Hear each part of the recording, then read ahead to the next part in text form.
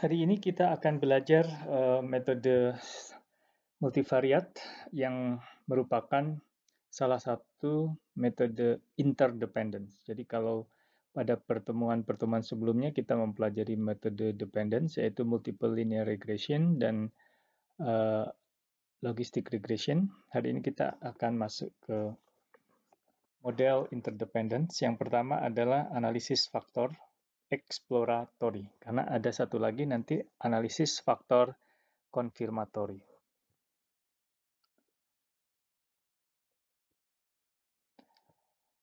Nah, kita menggunakan analisis faktor exploratory jika penelitian kita ingin mengidentifikasi konstruksi yang mendasari sebuah data.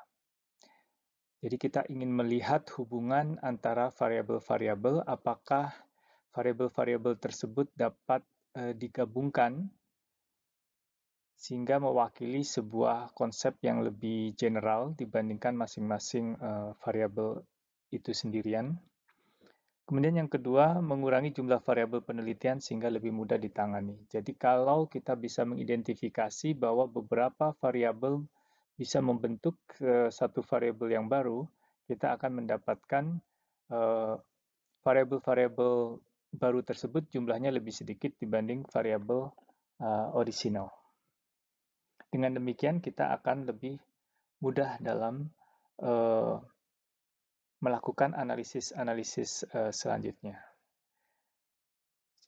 Coba bayangkan kalau kita memiliki, katakanlah kita ingin menjelaskan sebuah variabel dependent Y, dan kita memiliki variabel X yang banyak sekali, kan X1, X2, X30.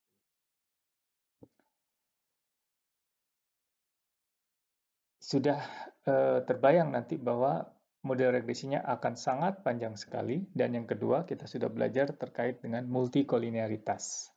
Jadi semakin banyak variabel independen, maka model regresi kita kemungkinan besar akan suffered from, atau bahasa Indonesianya menderita atau mengalami multikolinearitas.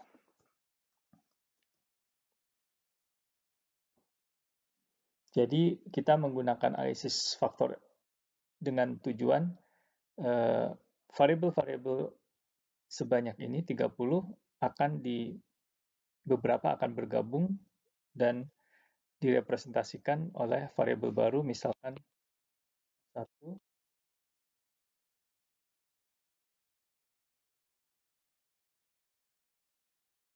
jadi yang tadinya 30 variabel kita bisa wakili dengan 5 variabel yang baru. Nah, jadi ini ada dua tujuan. Yang pertama mengidentifikasikan konstruksi, dan yang kedua adalah untuk mengurangi jumlah variabel penelitian. Agar lebih jelas ini saya berikan sebuah ilustrasi awal yang sangat sederhana supaya bisa tertangkap idenya. Sebuah pengelola pusat perbelanjaan melakukan survei terhadap calon penghuni yang prospektif. Para calon diminta memberikan penilaian dalam skala minus 5 sampai dengan 5 untuk atribut yang mereka pertimbangkan dalam memilih pusat perbelanjaan yang akan mereka sewa. Minus 5 menunjukkan bahwa atribut tersebut tidak penting, dan angka 5 menunjukkan bahwa atribut tersebut sangat penting. Untuk menyederhanakan permasalahan, kita asumsikan bahwa hanya ada dua atribut yang diukur. Yang pertama adalah atribut tampilan fisik yang menarik, dan yang kedua atribut letak strategis. Jadi setiap orang ditanya seberapa penting tampilan fisik, mereka bisa menjawab antara minus 5 sampai plus 5. Jika mereka merasa sangat tidak penting, memberi nilai minus 5. Jika mereka merasa sangat penting, memberi nilai 5. Demikian juga dengan pertanyaan seberapa penting letak strategis. Misalnya di sini kita dapatkan respons dari 12 orang. Jadi orang ini menyatakan X1 tadi tampilan fisik sangat tidak penting ya, karena negatif.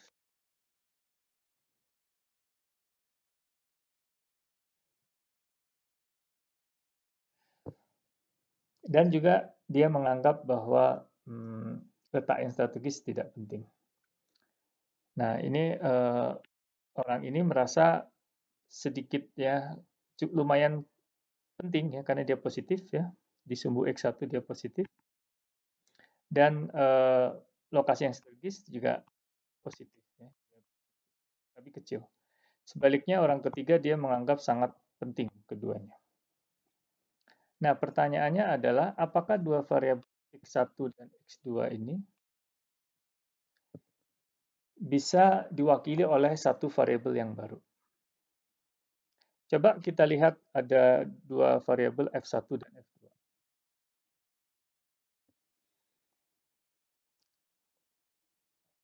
Entah apa itu, tapi kalau kita lihat di sini,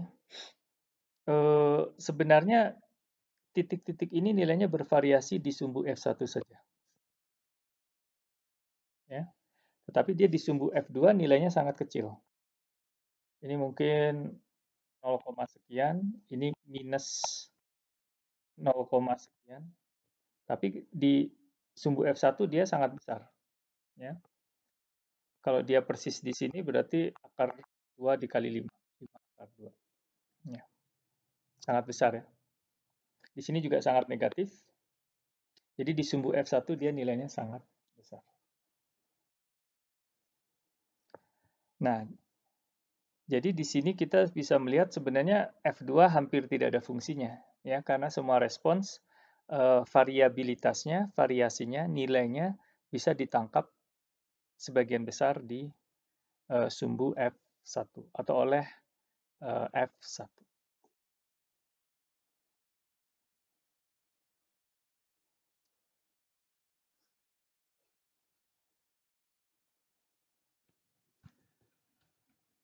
Oke, baik, sebagai contoh misalkan kita ambil titik ini ya. Nah, titik ini let's say 32. Ya, di sumbu X1 yang di atas ya, berarti 23, 2, 3.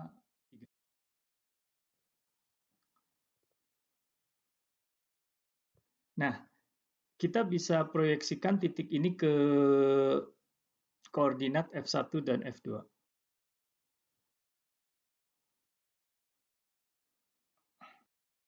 Kalau dia X1, X2 adalah 2, 3, berapa kira-kira di F1, F2? Sedikit pelajaran aljabar, mungkin waktu S1, aljabar linear, kita bisa basis untuk X1, X2 adalah 0,1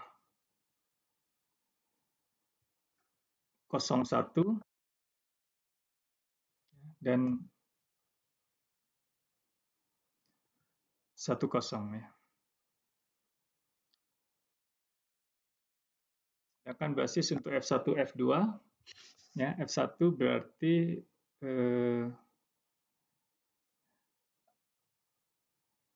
ke kanan setengah akar 2 ya, dan setengah akar 2. Ini F1 ya, F1 kan ke sana ya. Berarti ke kanan setengah akar 2, ke atas setengah akar 2. Supaya panjangnya tetap 1. Karena basis harus 1. Basis standar ya. Kemudian untuk F2, ke kiri setengah akar 2, berarti minus setengah akar 2. Dia ke atas, F2 ya, berarti ke kiri setengah akar 2, ke atas setengah akar. Nah, berarti titik ini ya, menjadi di sumbu F1, dia menjadi setengah akar 2 dikali 3 ditambah setengah akar 2 dikali 2. Kalau bingung nanti di apa namanya aljabar linear. Nah, ini sama sumbu F1. Sedangkan di sumbu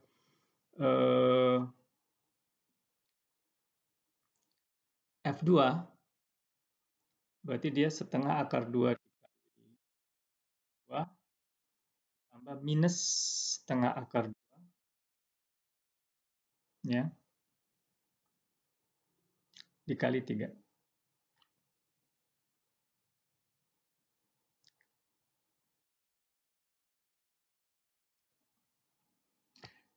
Nah, di sini saya sudah punya perhitungan untuk semua titik di Excel ya.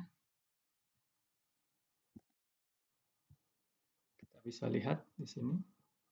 Jadi ke 12 titik itu untuk koordinat X1, X2 minus 5, minus 4,5. Begitu kita proyeksikan ke F1 dan F2 menjadi minus 6,72, dia 0,35 dan seterusnya. Nah, idenya seperti ini. Tadinya kita punya X1 dan X2. Datanya bervariasi di X1. Kalau ingat tadi,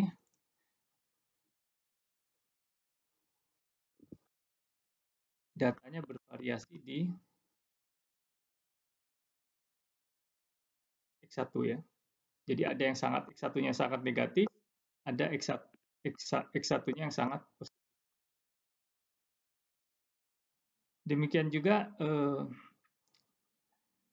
ya, ini di X1-nya sangat bervariasi ya, ada yang sangat negatif, ada yang X2-nya juga sangat negatif, sangat positif.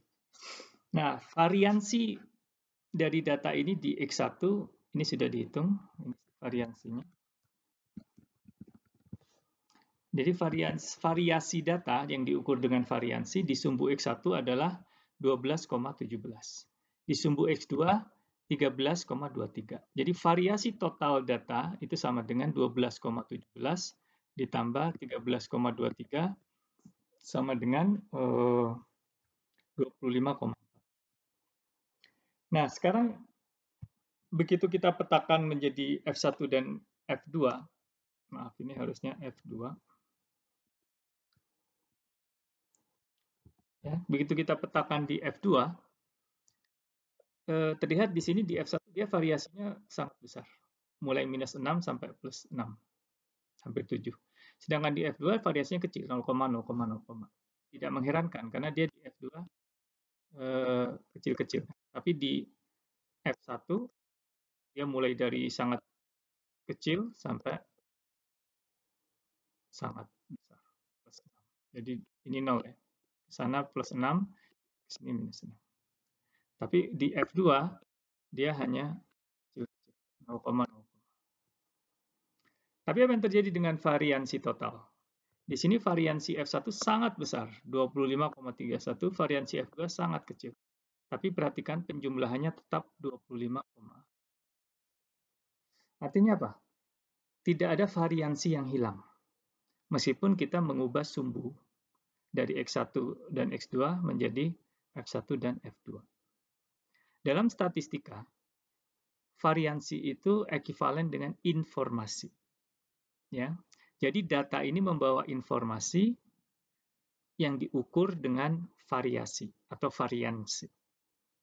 Jadi titik-titik ini membawa informasi sebesar 25, nah, begitu kita mengubah sumbu dari X1, X2 menjadi F1, F2, variansi totalnya tetap 25,4. Ya. Tetapi sebagian besar ya 25,31 dari 25,4 itu dapat dijelaskan atau dapat diwakili oleh F1. Dengan kata lain, F2 tidak memiliki nilai yang lebih ya. Dia hampir 0 kira-kira sama. Artinya apa? Kita bisa membuang F2 karena informasi yang dibawa X1 dan X2 sekarang diwakili oleh F1. Sudah jelas ya idenya? Yang tadinya kita punya X1 dan X2 sekarang direduksi menjadi cukup F1. of course, kita kehilangan informasi sebesar 0,0. Tapi dibandingkan yang diteruskan 25,31 itu tidak terlalu signifikan. Sehingga kita cukup aman membuang F2. Nah, jadi pertanyaannya adalah, jika demikian, apa itu F1? Nah, jadi kita bisa memberi nama F1, kalau tadi X1 dan X2 adalah tampilan fisik dan letak yang strategis, berarti F1 adalah kombinasi dari dua hal ini. Apa X1 dan X2? Nah, kalau saya mungkin memberi nama attractiveness. Jadi kalau tampilan fisiknya menarik, ya, letaknya strategis, atraktif untuk dikunjungi. Tetapi kalau tampilan fisiknya menarik, letaknya tidak strategis, tidak atraktif. Nah, jadi untuk jika kita ingin melanjutkan ke regresi, misalkan X1 dan X2 diwakili oleh tampilan fisik dan letak strategis, sekarang diwakili oleh attractiveness, yang merupakan kombinasi dari X1 dan X2. Itu tadi ya, 1 sama dengan apa? Kombinasi linear, akar 2 X1 plus akar 2. Seperti ini.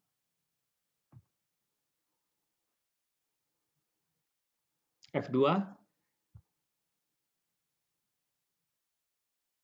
dengan setengah akar 2 X1 minus setengah akar 2. Nah, tapi di sini kita tidak itu F2.